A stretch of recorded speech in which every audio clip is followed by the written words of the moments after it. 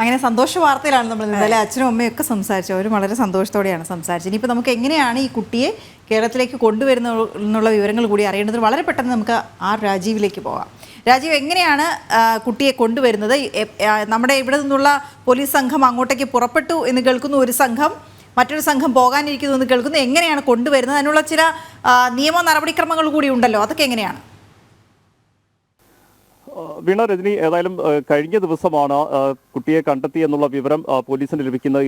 ഉടനെ തന്നെ പോലീസ് ഇതുമായി ബന്ധപ്പെട്ട നടപടിക്രമങ്ങൾ ആരംഭിച്ചിരുന്നു. ചെന്നൈയിലേക്ക് ഒരു പ്രത്യേക പോലീസ് സംഘം പോയിരുന്നു. കാരണം ചെന്നൈ കേന്ദ്രീകരിച്ചുകൊണ്ട് പരിശോധന റെയിൽവേ പോലീസിന്റെ നേതൃത്വത്തിൽ നടക്കുകയും കുട്ടി ചെന്നൈയിലുണ്ടെന്നുള്ള സ്ഥിരീകരണം വന്നപ്പോൾ തന്നെ കേരള പോലീസിന്റെ ഒരു സംഘം ചെന്നൈയിലേക്ക് പോയിരുന്നു. ഈ സംഘത്തോട് വിശാഖപട്ടണത്തേക്ക് പോകാനുള്ള നിർദ്ദേശം കഴിഞ്ഞ ദിവസം തന്നെ തിരുവനന്തപുരം സിറ്റി പോലീസ് കമ്മീഷണർ നൽകിയതാണ്. പക്ഷേ ഈ സംഘത്തിന് വിശാഖപട്ടണത്തേക്ക് എത്താൻ കഴിഞ്ഞില്ല. കാരണം അവിടെ നിന്ന് ട്രെയിൻ ടിക്കറ്റ് ഉൾപ്പെടെ ലഭിച്ചില്ല എന്നാണ് നമുക്ക് മനസ്സിലാക്കാൻ കഴിയുന്നത്. മാത്രമല്ല വാറന്റ് ഉൾപ്പെടെ അവിടേക്ക് ആന്ധ്രയിലേക്ക് എത്തിക്കേണ്ടി വരും.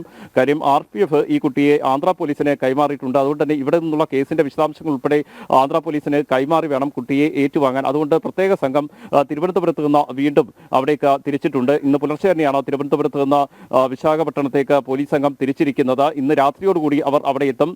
തുടർന്ന് നടപടിക്രമങ്ങൾ പൂർത്തിയാക്കി നാളെ തന്നെ കുട്ടിയെ തിരുവനന്തപുരത്തേക്ക് എത്തിക്കാനുള്ള ക്രമീകരണങ്ങളാണ് പോലീസിന്റെ ഭാഗത്ത് നിന്ന് നടക്കുന്നത്. ആന്ധ്ര പോലീസുമായി നിരന്തരം തിരുവനന്തപുരം പോലീസ് ബന്ധപ്പെടുന്നുണ്ട്. ഇപ്പോൾ ആന്ധ്ര പോലീസിന്റെ കസ്റ്റഡിയിലാണ് കുട്ടി ഉള്ളതെന്നാണ് പോലീസ് അറിയിച്ചിരിക്കുന്നത്. അവിടെയുള്ള നടപടിക്രമങ്ങൾ പൂർത്തിയാക്കി കുട്ടിയെ ഒരുപക്ഷെ കോടതിയിൽ ഹാജരാക്കിയതിനു ശേഷം കേരള പോലീസ് ഏറ്റുവാങ്ങും. ഇവിടെ പരാതി ലഭിച്ചതിന്റെ വിശദാംശങ്ങൾ ഉൾപ്പെടെ ആന്ധ്ര പോലീസിനെ ധരിപ്പിച്ചിട്ടുണ്ട്. ഈ വിഷയം ഏതായാലും ആന്ധ്ര പോലീസിന്റെ പക്കലും അയച്ചു നൽകിയെന്നാണ് അല്പസമയം മുമ്പ് തിരുവനന്തപുരം സിറ്റി പോലീസ് കമ്മീഷണർ നമ്മളെ അറിയിച്ചിരിക്കുന്നത്. അങ്ങനെയെങ്കിൽ ഇന്ന് രാത്രിയോടുകൂടി എത്തുന്ന സംഘം നാളെ തന്നെ നടപടിക്രമങ്ങൾ പൂർത്തിയാക്കി കുട്ടിയുമായി തിരികെ മടങ്ങാനുള്ള സാധ്യതയാണ് നിലനിൽക്കുന്നത്.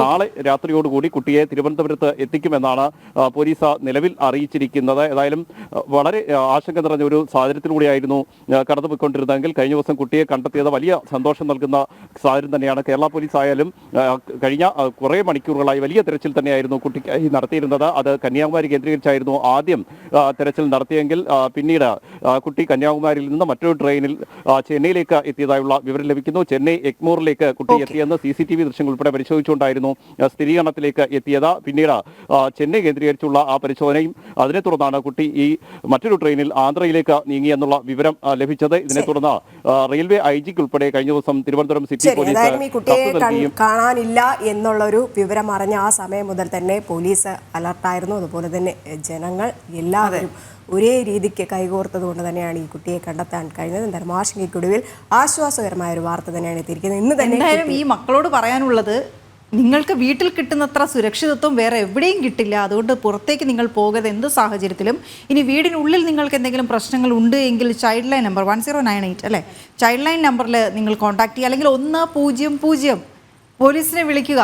എൻ്റെ വീട്ടിൽ ഇങ്ങനെ ചില പ്രശ്നങ്ങളുണ്ട് എന്ന് അവരോട് പറയും. നിങ്ങളുടെ കയ്യിലൊക്കെ ഫോൺ ഉണ്ടെന്നും ഫോൺ ഉപയോഗിക്കാൻ അറിയാമെന്നും ഞങ്ങൾക്ക് നന്നായി അറിയാം. അല്ലെങ്കിൽ പുറത്തിറങ്ങിക്കഴിഞ്ഞാൽ ആദ്യം കാണുന്ന ആളിൽ നിന്ന് ഫോൺ വാങ്ങിച്ച് അത് ആവശ്യപ്പെടുക. വേറെ എവിടേക്കും പോകരുത് മക്കളെ എന്ന് മാത്രമേ മാതാപിതാക്കളോട് പറയാനുള്ളത്. സ്നേഹവും കരുതലുമാണ് തങ്ങളുടെ കുട്ടികൾക്ക് കൊടുക്കാനുള്ളത്.